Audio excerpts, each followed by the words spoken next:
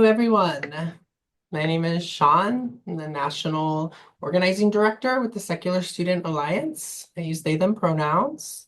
Thanks so much for joining us on our webinar today. Just want to take this opportunity to welcome you and also invite you to introduce yourself in the chat box. You can find the chat box in the center of your screen. Go ahead and drop your name, your pronouns, and what city you're coming to us from. And of course, if you're involved in a student chapter, please indicate that as well. It's always fun to know where people are coming from. Just a couple housekeeping things before we swing it on over to jump into this content. Again, please feel free to interact using the chat box. Of course, keep it appropriate. And then you'll also find a Q&A box down there at the bottom of your screen as well. If you don't see it, click the button that says more, and you should see that there.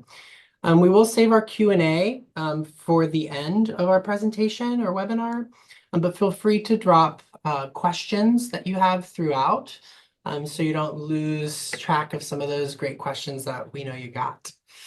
So with that, we're super privileged to have Kavin with us today. Kavin Senapathy has a really great book, if you haven't read it, The Progressive Parent, Harnessing the Power of Science and Social Justice to Raise Awesome Kids. I'll drop a link to that, but I'm sure some of you have read that book and have some exciting questions about it. So without further ado, let's go ahead and swing it on over to Kavin. Again, thank you so much for joining us and welcome. Hi, everyone. Thanks so much, Sean, and thanks to SSA for inviting me to present today. I'm coming at you from Madison, Wisconsin, and my pronouns are they, she. And let me go ahead and share my screen here. You can just listen to me talk. You don't necessarily need the slides, but if you're someone who likes to follow along with slides, then here they are for you. Okay, making sure I'm still on.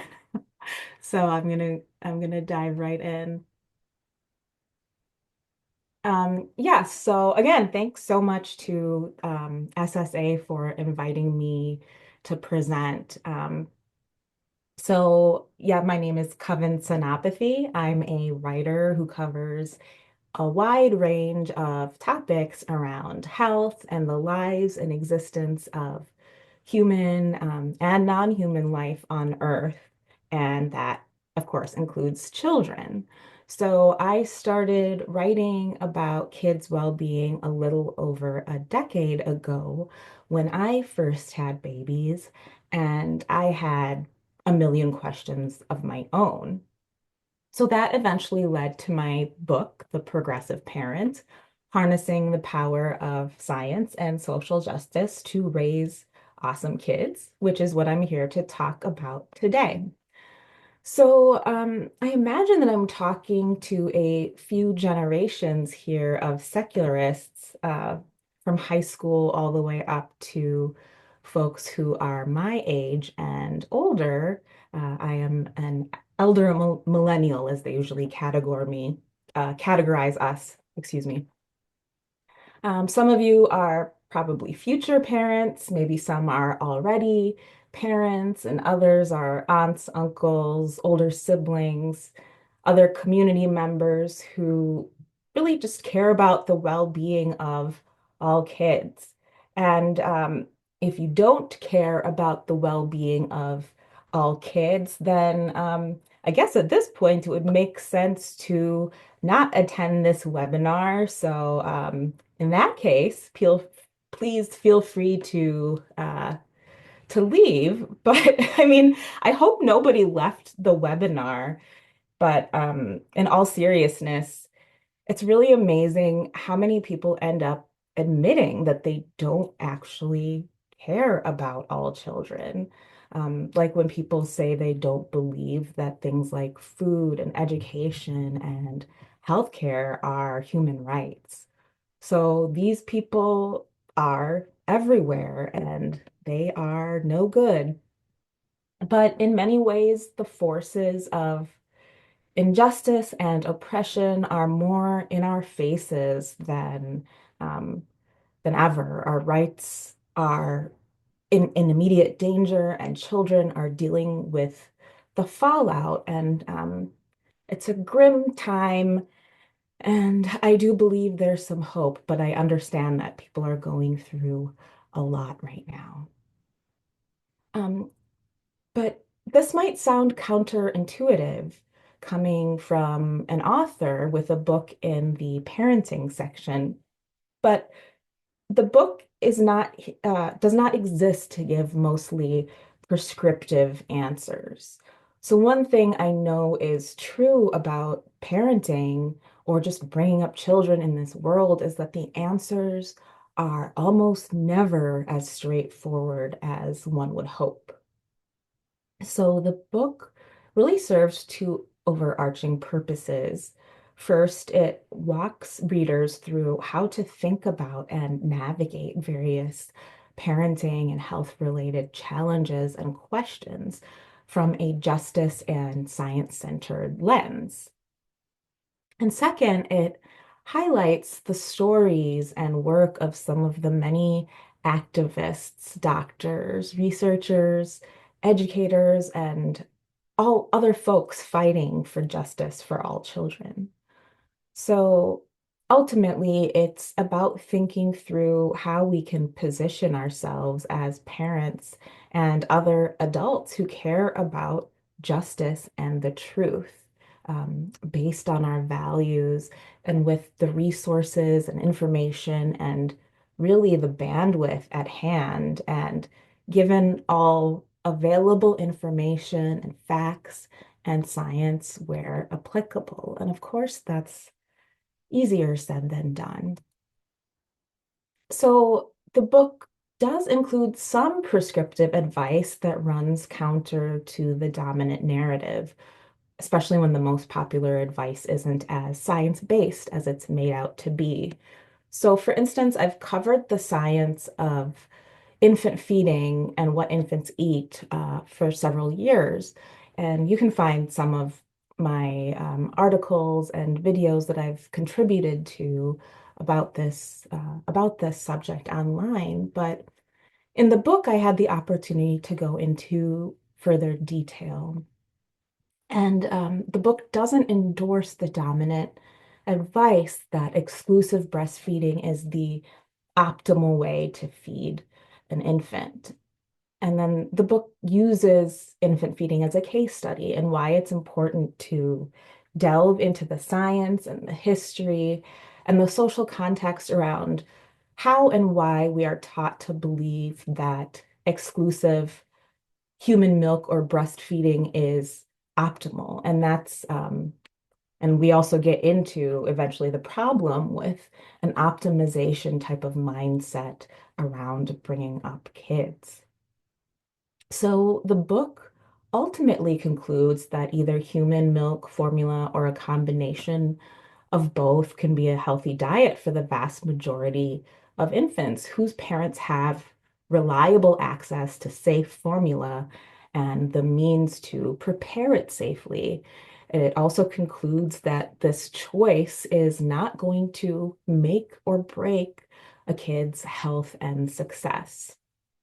Hey, Kevin, just real quickly, Yeah, I can't see that your screen. Are you meaning to share a slideshow with I us, right? was. Let me see. Maybe I haven't been sharing. One sec.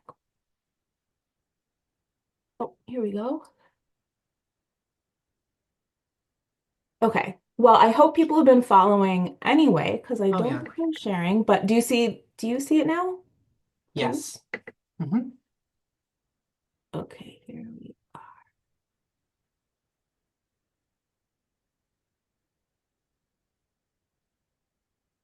Good thing I can hear you.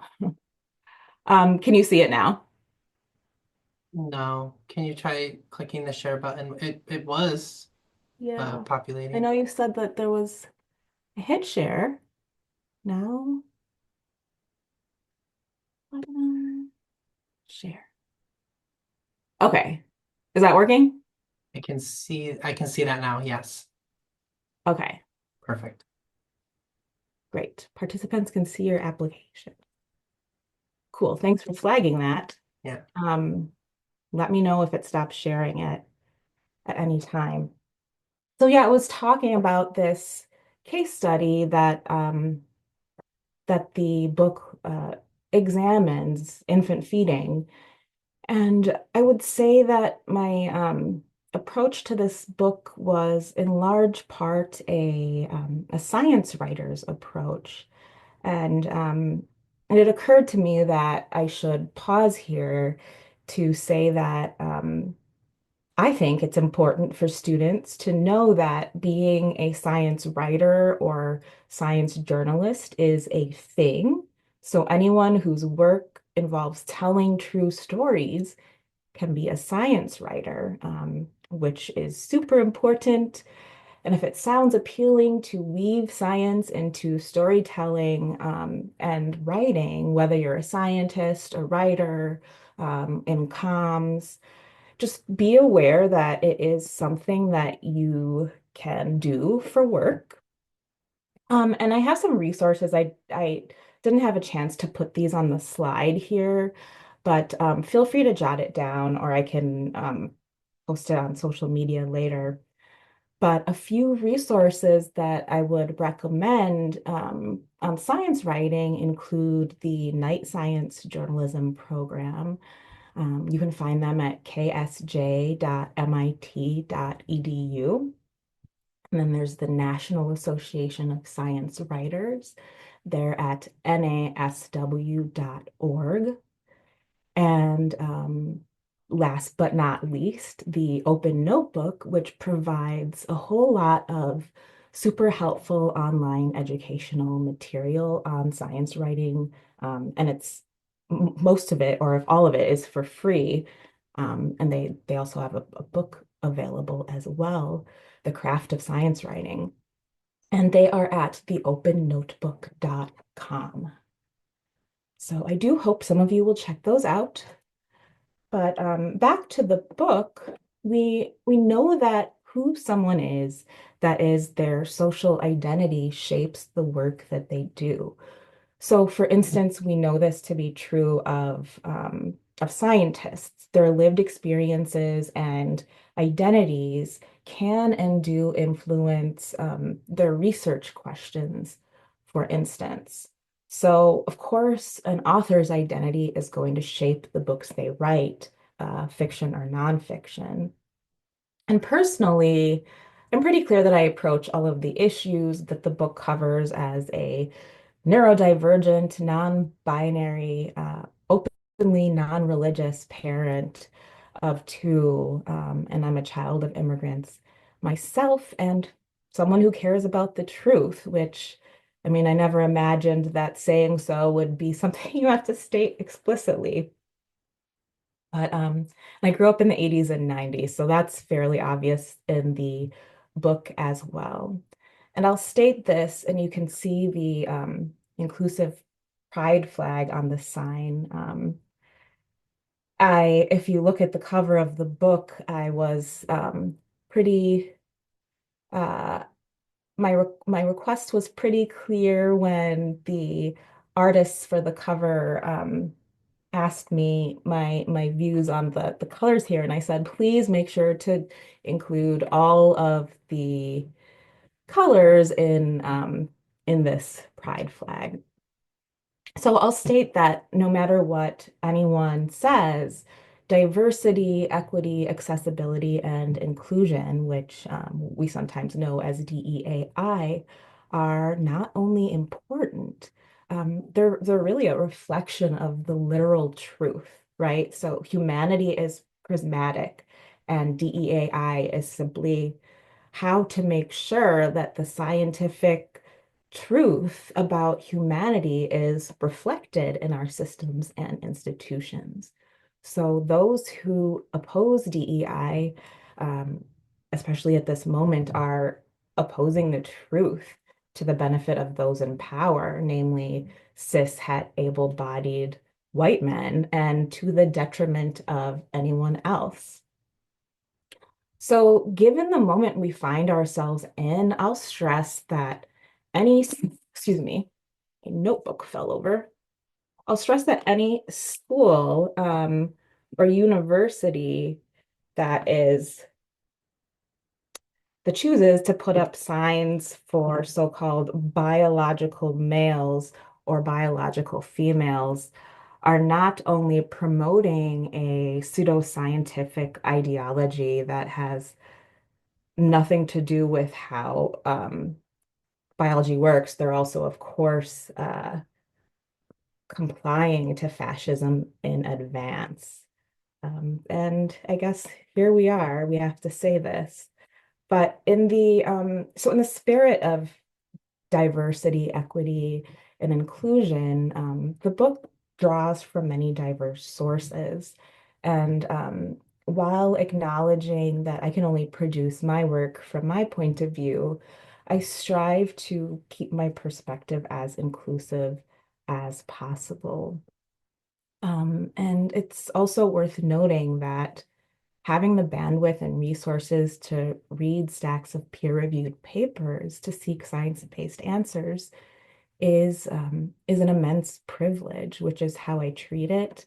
And as a side note, working as a scientist is also an immense privilege, which is how they should treat it. So I'm going to talk about the book's use of the word progressive to describe parents. I know that people tend to have opinions about this word, so people ask fairly often about the title of the book and the intention behind it. So, fun fact that some of you journalism or other students probably know, journalists don't usually write their own headlines, and in many cases, authors don't write their own book titles. So when my editor proposed The Progressive Parent, I initially had complicated feelings knowing that in many of my circles, people don't necessarily identify with the word progressive per se. And also knowing that there's significant variation in the views of progressives. But ultimately, I took the assignment as a challenge, and that parents with ostensibly progressive values, including science and social justice, are quite diverse and not at all a monolith, but there are strong threads that tie them together. So it's that common ground that my editor was asking me to pursue and follow. Um, so many of you are likely familiar with a variation of the yard sign in these photos. I'll describe them as well. It went viral in 2016 when Trump was first elected, and it actually was created in my city of Madison, Wisconsin. But it's had staying power since then. I see these signs in neighborhoods all over the US to this day. And the original version reads, in this house, we believe Black Lives Matter, women's rights are human rights, no human is illegal, science is real, love, and kindness is everything. So there are reasons that the sign resonates. People say it gives them comfort to see these signs, especially in an unfamiliar town. Some people will say that it's sort of a form of virtue signaling, but there's really a power in its message, I've learned, if people also act intentionally on these shared core values. Now, looking at the statements on the sign, science is real seemed to me to stand out from the others. So when I first saw the sign and was fascinated, I was thinking, like, what does science is real mean?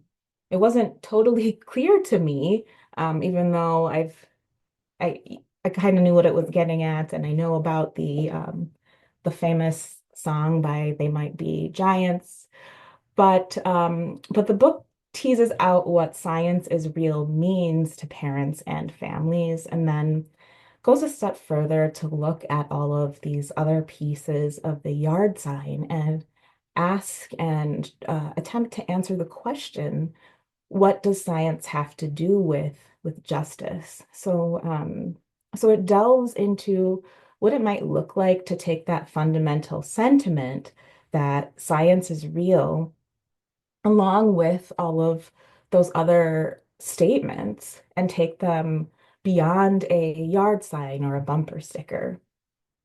So the question really is, how can those responsible for children's well-being exercise these values?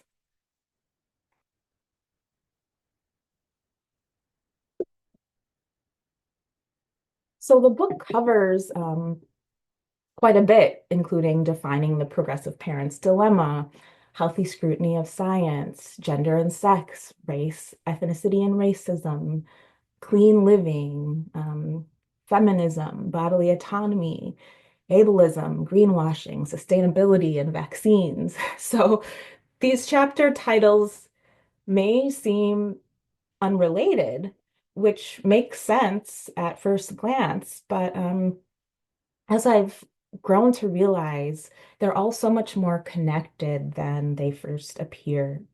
So the two main themes that kind of tie all of it together is one, despite what we've been told, there's no such thing as a normal or optimal kid or even human being. Science, again, shows that we're so much more um, prismatic and dynamic than we've been led to believe. And then, second, is that the onus to ensure children's well-being is often disproportionately placed on individual sets of parents and not systems.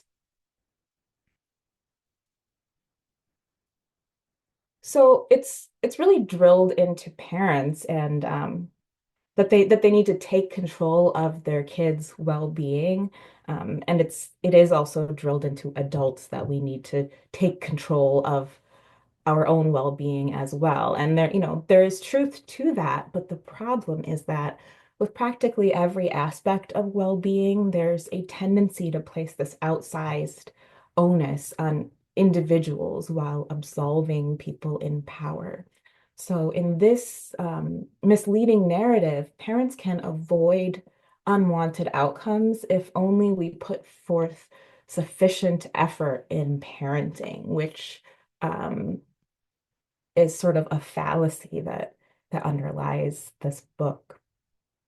So in science communication, we hear a lot about the problem of assuming a causal relationship when all the data can really show is a correlation between an action and an outcome, like say eating fast food in childhood and heart disease in adulthood. So the problem with assuming a causal relationship isn't merely that it's unwarranted to assume causation unless researchers can elucidate a causal mechanism between two things. It's really kind of darker than that. It's often assuming that a parenting behavior or choice causes an outcome simply there because there's a correlation upholds an inequitable status quo. And that assumption ultimately harms children. So really, it's easier to urge people to take control of their child's health than to solve complex systemic problems that have significant impacts on kids in unequal ways. So um, bringing back the example of infant feeding or just food, you could roughly put it this way. So when the messaging suggests that, say, exclusively breastfeeding a baby and then feeding them only organic food made from scratch and avoiding screen time is going to sort of make the difference between your kid being either a high achiever on one end or like a loser on the other end, um, that narrative isn't only untrue, it is also unjust. because it's really systems and equity that enable people to thrive. So it's not, in this case, human milk or pricey food prepared from scratch that somehow uniquely acts on human bodies and minds to help us live our best lives. It's really privilege that helps us live our best lives. So that's not to say that parents have no individual responsibility to our children. Of course we do. But the question here is, which individual parenting actions really make a difference and which ones might people be doing in vain? So, chapter 2 is titled Healthy Scrutiny of Science, and you might wonder why emphasize scrutiny of science rather than belief in science. So, as someone who loves science myself, I've learned that the concept of trust in science has a whole lot of layers that are worth unpacking. So I've been at the March for Science, for instance, with a megaphone. So of course, if trusting or believing in science means believing in certain findings, like that the Earth is spherical and not flat, or that climate change is real and urgent, then I am right there with the believers of that science is real. But polls actually show that most people do believe that science is real if real means believing that the scientific method is real or that scientific findings based on systematic observations are an actual real thing that helps us discern the truth.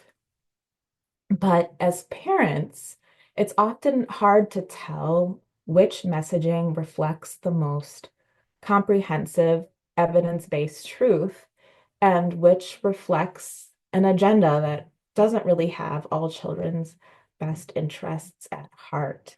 Um, and I apologize, you might be hearing the footsteps of some dogs from upstairs, but I hope you can still make me out.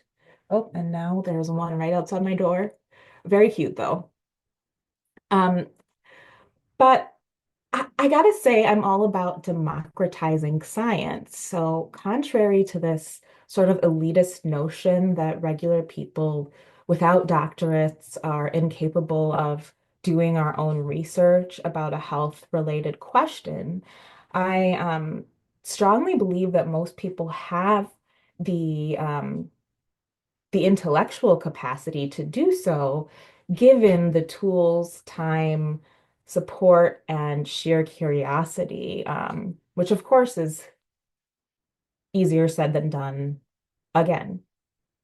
So, as a sneak peek, the book covers a few concepts around science that are worth digging deeper into, I think, for everyone, but especially parents.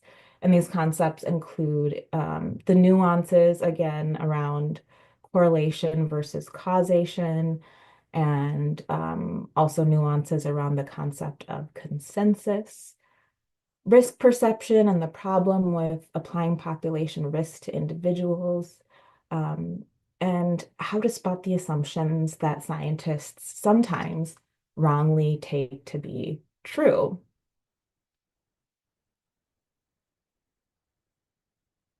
So, one of the most important concepts in the book is the problem with dehumanization.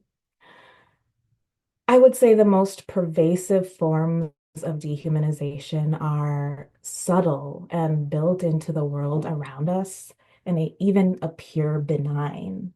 Um, and these kind of latent forms of dehumanization are perhaps um, not the most harmful, but kind of help harm stick around as the status quo. So many of this audience are familiar with forms of pseudoscience like homeopathy, which, as many of us know, is not real medicine with any active ingredients in it. And we, of course, this audience all knows about the harms of using religious justifications to deny people's humanity. But I'm convinced, um, and I should mention that I happen to be a lifelong atheist. I was raised atheist for as long as I can remember. But I'm convinced that really the most insidious evil is biological essentialism, which is at the root of dehumanization and is at the root of religious justifications for dehumanization.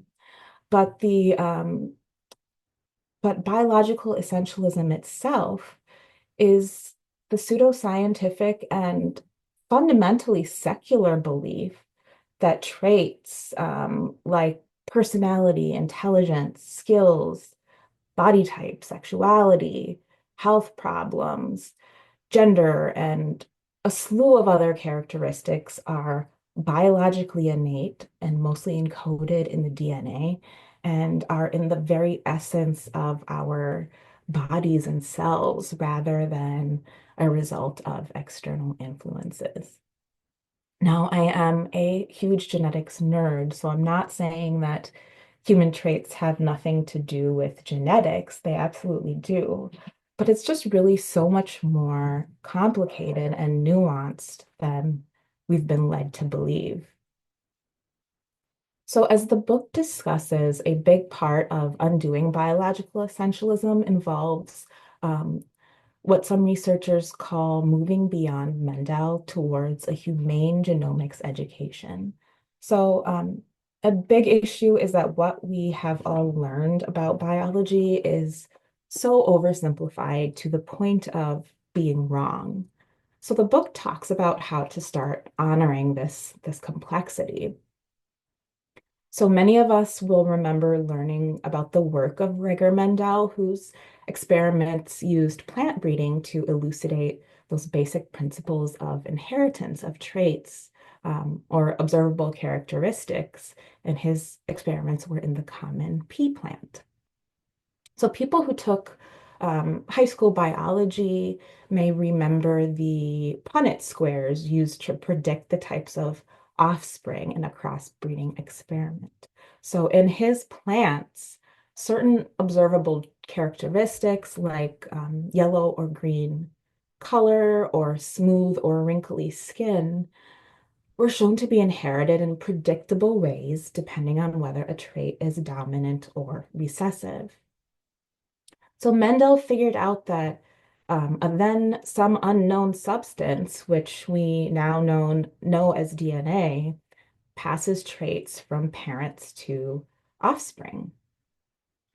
So a few traits in humans are known to be passed down in this Mendelian fashion. Some well-known ones are a widow's peak or attached earlobes, but scientists increasingly continue to learn that the vast majority of human traits are far more complex and involve variations in like multiple genes, so many that it's, they're still counting how many variations there are, of course, and characterizing them. And all of these variations interact with a web of environmental factors and manifest as countless traits. So everything from a way with words to addiction to anxiety, migraines, cancers, and on and on and on.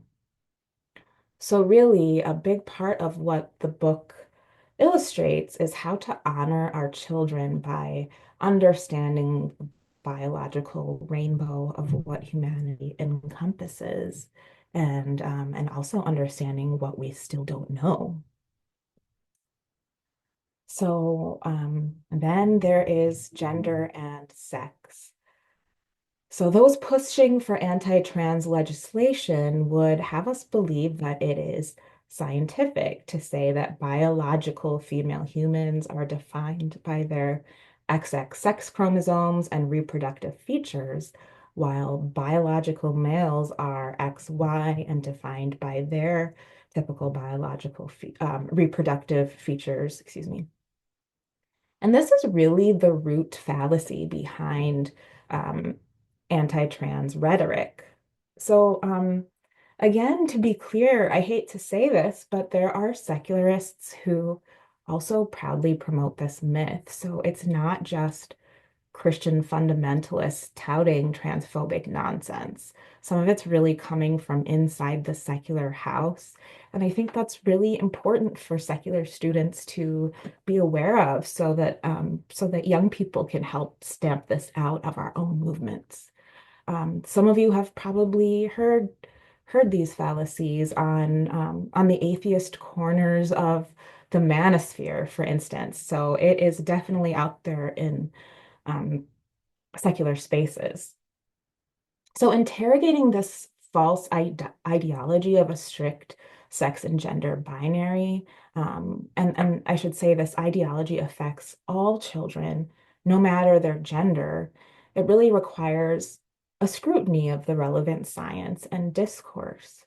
So, how do we protect children from harm based on sex and gender fallacies? To answer that question, again, we need an updated, far more nuanced view of what science says about sex and gender.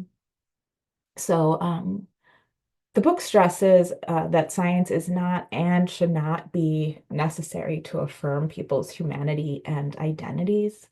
Um, but sometimes we do have to make scientific arguments to shut down bigotry.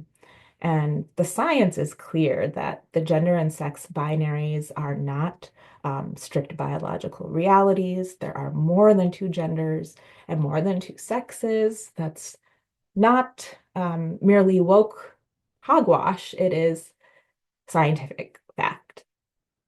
And again, it's not only trans people's rights hinging on this, even though trans children are directly in the crosshairs, it's really all humans' rights because ultimately reducing human beings to preconceived biological functions and notions is dehumanizing. Um, and I'll go through a few more concepts that the book talks about, but I want to leave time for questions. The next chapter kind of gives a similar treatment to navigating race, ethnicity, and ancestry. Um, in the way that it does gender and sex, including discussion of what's meant by race as a social construct, again, honoring that genomic complexity when it comes to ethnicity and race. The problem with ethnicity results from ancestry DNA tests, which I guess is extra relevant given some recent news, and tips from experts on how to model anti-racism for kids. And then one of the case studies in chapter 5 is the essentialist mythology that drives fat phobia. There's, as the book explains, there's this error in science of assuming the existence of a default or normal version of humans.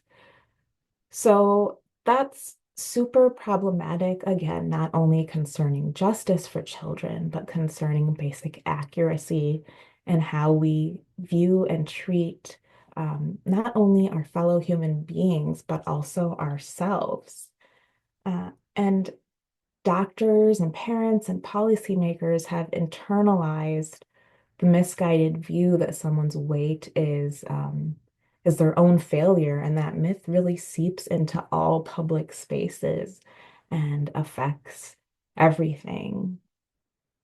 And like in its analysis of other issues, the book brings in some relevant history about the science of human weight and BMI and goes into some of the essentialist ideologies from way back in the day that still seep into our everyday lives. I would like to talk a little more about that today, but I suppose you can read about it in the book so that I can leave time for questions.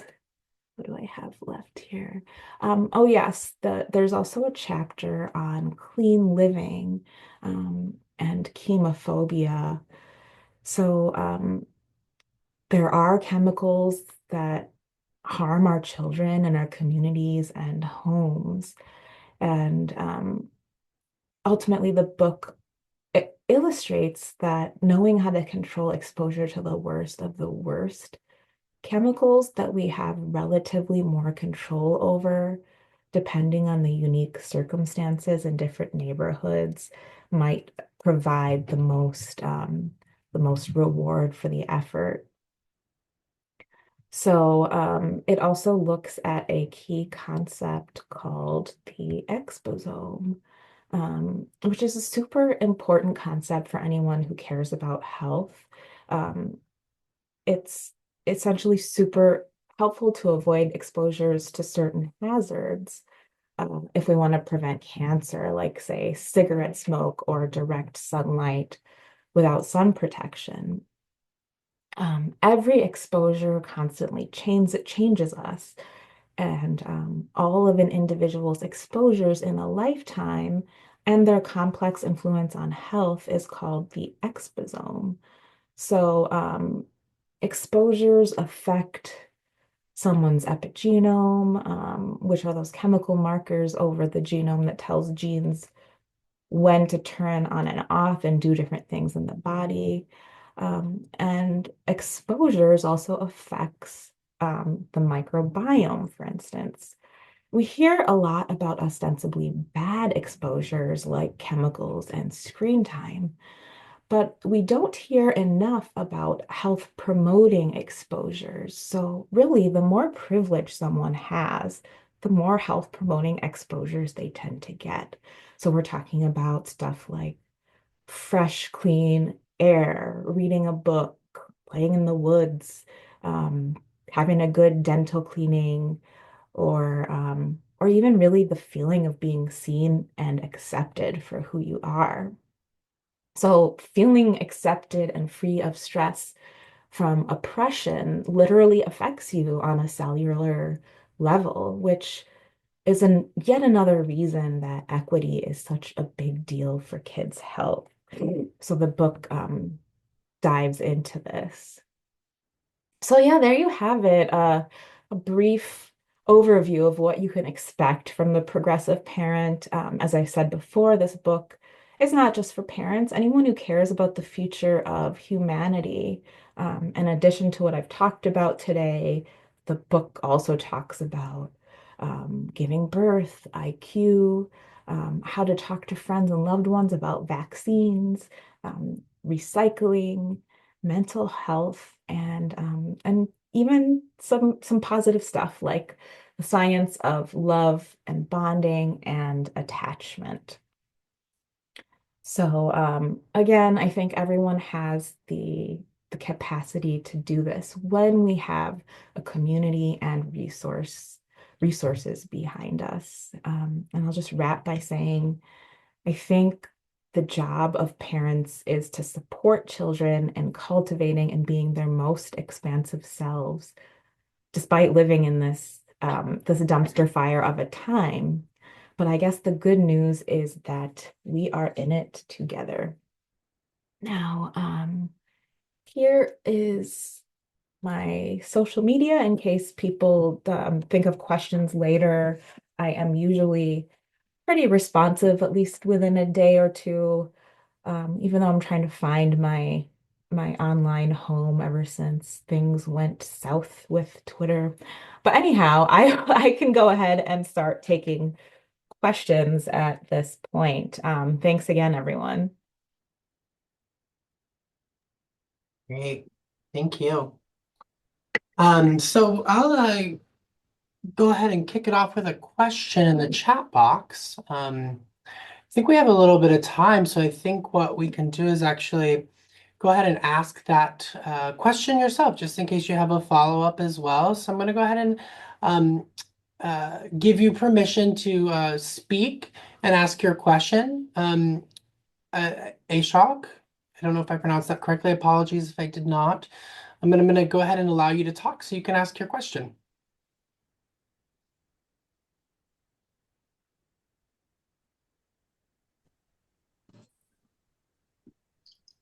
Can you hear me? Yeah. Yeah, I'm Ashok Verma from San Francisco. Your first slide, you mentioned that the topic of breastfeeding versus bottle feeding. Various studies have shown, especially the one mentioned very clearly in China's study, which is basically it recommends vegan food for good health.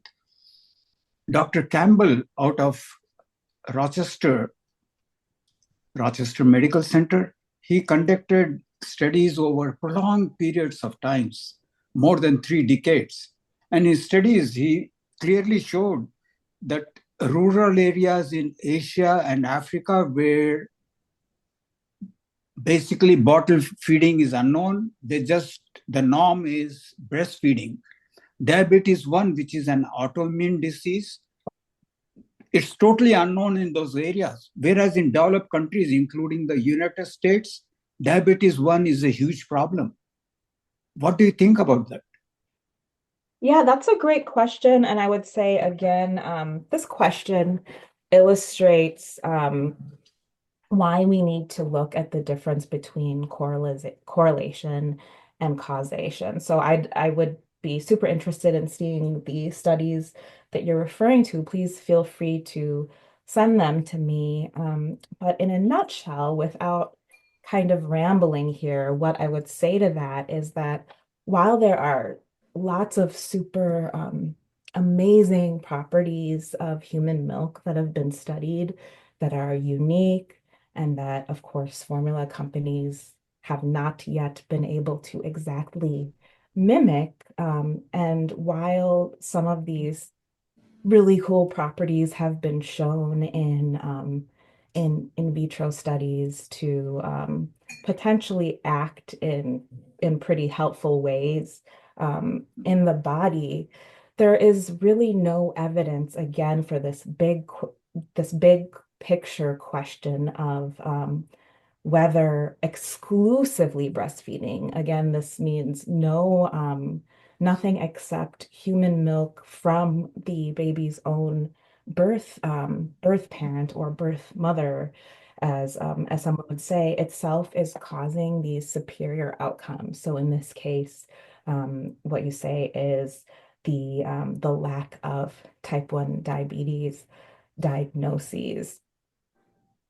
So there really is no evidence that if people have safe access to, again, safe, correctly manufactured, um, and safely prepared formula, that using formula is going to cause your child or cause a certain number of children in a population to develop type 1 diabetes or any other disease.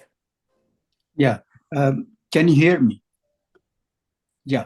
The thing is, cow's milk has casein, and the casein molecule is very similar to the pancreatic cells. And the immune system, when it sees casein, it starts attacking it. And since the pancreatic cells are very much similar to the molecule of casein, they also start attacking the pancreatic cells, which produce insulin. And the kid ends up getting type 1 diabetes, which is basically he ends up needing insulin for the rest of his life. Yeah, And that this, is the that's thing, certainly Dr. a Senapathy, hypothesis, but I wouldn't I mean I've covered infant feeding and human milk research. I mean it is shouldn't be this controversial, but it is. But I again I don't think any pediatrician, especially in the West, like in the United States, can rightly say that feeding a child safely prepared um, formula is going to cause that child to develop type 1 diabetes. I would stand pretty strong on that. uh, something quickly, you mentioned about me emailing you the literature on it. Uh, what I'm alluding to is clearly mentioned in a whole big chapter by Dr. Campbell out of University of Rochester. Uh, the China study, that book is available in all libraries. And if you Google the incidence of type 1 diabetes and bottle feeding, you'll find tons of literature there as to what are the causes, what are the various studies that are conducted. Right. Yeah. Again, I will look at those. If it would make it a lot more handy for you to send it to me, but I could probably Google it as well, of course. Um, but yeah, again, I mean, if you ask any pediatrician kind of who knows really what they're talking about, no one's gonna say, um, again, you want to talk to your pediatrician because infants that are, for example, very premature can benefit from human milk, but on the whole, you can't say that feeding a baby infant formula is going to cause type 1 diabetes. None of those studies um, show a causal formula bottle feeding causes diabetes. It just doesn't. But I will be sure to check it out, and I appreciate your question. Great. So I can move on from that. Who else has some questions? I know I have one. So while we wait for a few more, I'm going to ask my question. So I'm wondering your thoughts on, I know this has been, more recently looked down upon, but for generations, we've reassigned intersex children, right? Mhm. Um, and many people don't know that, intersex kids are as prevalent as redheads in our society. I think everyone says that they probably know a redhead, right? They say around I think it's 1.7, 1.8% of children are born intersex. And so I'm wondering your thoughts, first of all, on reassigning intersex kids, oftentimes through pretty invasive surgeries, very invasive surgeries, and how that relates to the attack on trans children and transition related care. Right. I of course can't speak to intersex people's experiences and perspectives, but the surgeries are from intersex people I've spoken to and reading the research, completely unacceptable. And I would say an interesting concept that the book highlights that speaks to this is the concept, and I think some students might just chuckle because I mean we all chuckle because we can be immature, but the concept of the fallow clitoris. And that is essentially illustrating that as an embryo develops in utero, before about 6 to 8 weeks of development, everyone develops with this sort of generic uh, tissue, genital and reproductive tissue that then differentiates based on, again, all of these slew of myriad switches in the body. So we're talking not just the Y chromosome at all, like we've been led to believe. And so if you talk to experts and really dig into the research, you find that even genitalia is far more of a spectrum than than one would believe it to be or that we've been taught to be. So there are on that spectrum certain um, kids or newborns have been caught within this idea of disorders of sexual development, but many activists and scholars would argue that they're not disorders at all. And then depending on where on the spectrum they are, they get subjected to these terrible surgeries. So that's all to say that it's super, super unjust and disturbing.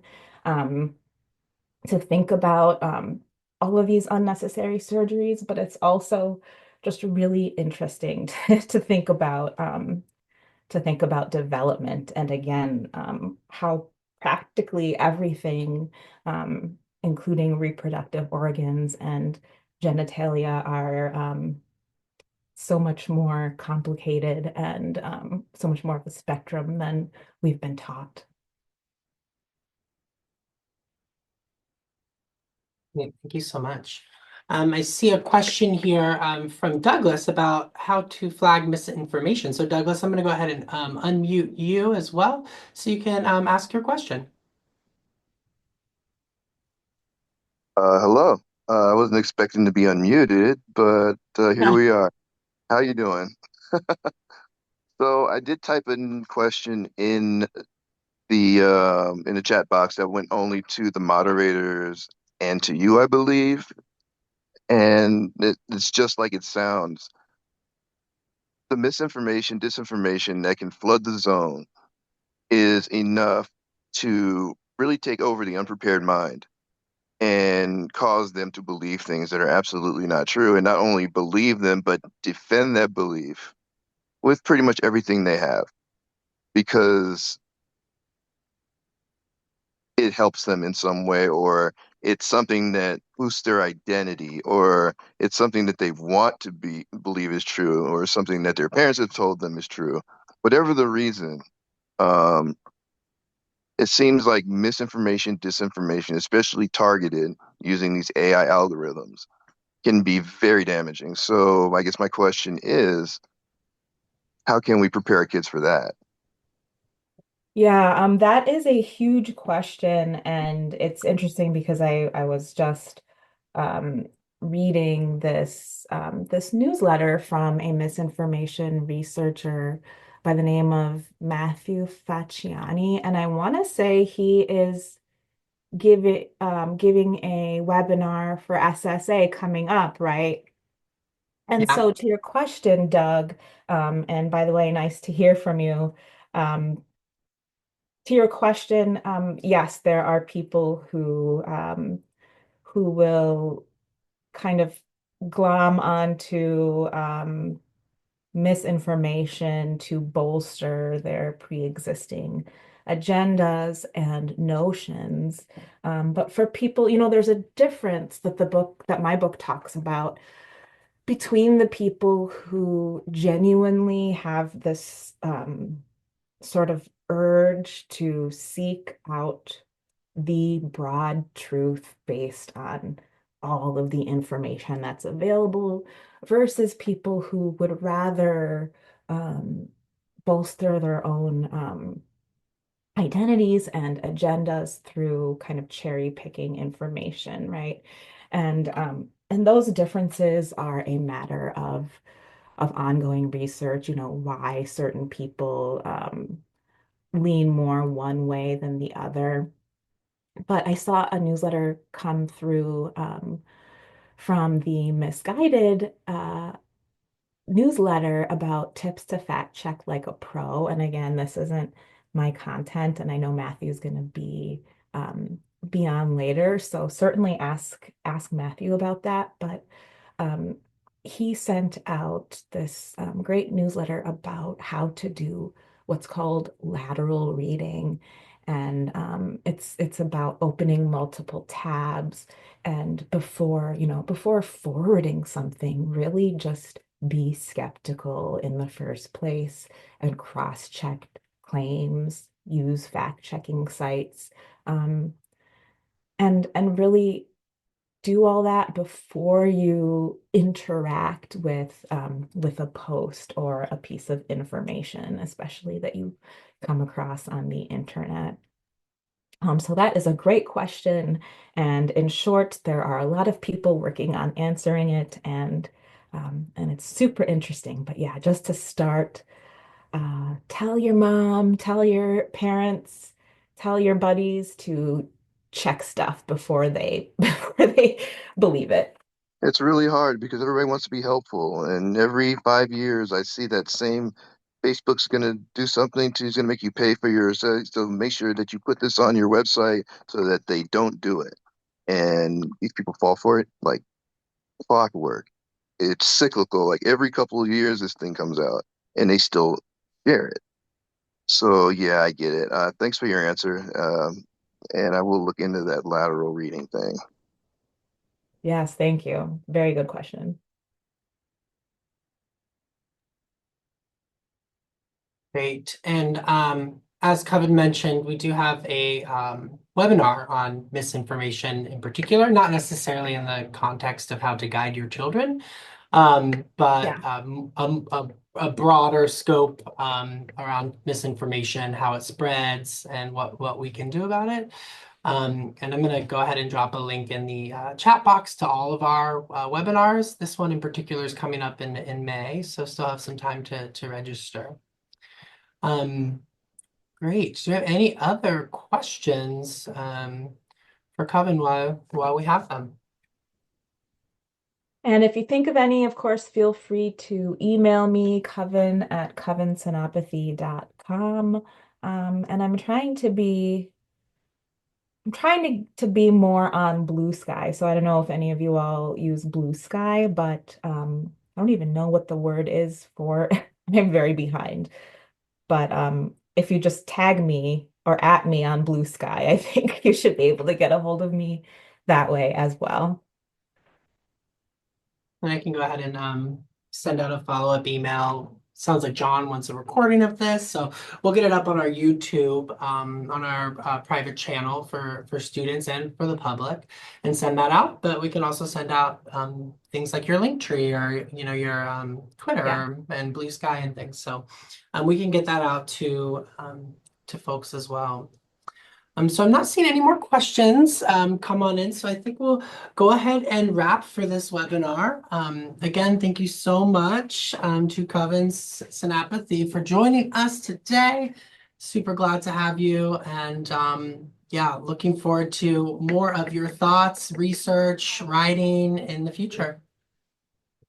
Thanks, Sean. Thanks, SSA. Thanks, everyone. Good night, everyone.